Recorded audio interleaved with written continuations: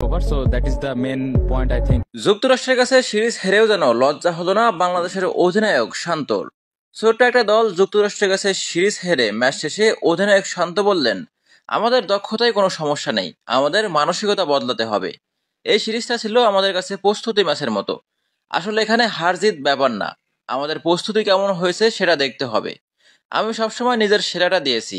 এই সিরিজ হারাতে কে কি বলল সেটা দেখে আমার কোনো লাভ নেই। টাইগার অধিনায়ক আরো বলেন, সত্যি কথা বলতে আমরা ভালো ক্রিকেট খেলিনি, তবে আমাদের হাতে আরো একটা ম্যাচ আছে। আমাদের ভালো পরিকল্পনা করে আসতে হবে। আশা করছি আগামী ম্যাচে ভালো খেলতে পারবো। তিনি আরো বলেন, সমস্যাটা দক্ষতায় নয়, সমস্যাটা আমাদের মানসিকতায়। এটা আসলে দক্ষতার ব্যাপার নয়, আমাদের মানসিকতা বদলাতে হবে। আশা করছি প্রথম 2 ম্যাচের চেয়ে ভালো কিছু পরের ম্যাচে দেখাতে পারবো। তো দর্শক, যে দল যুক্তরাষ্ট্রের মতো একটি দলের কাছে এইভাবে লজ্জাজনকভাবে হেরে যায়, সে দল বিশ্বকাপে গিয়ে কি করবে? তারপরেও বিশ্বকাপ নিয়ে আশাবাদী অধিনায়ক শান্ত।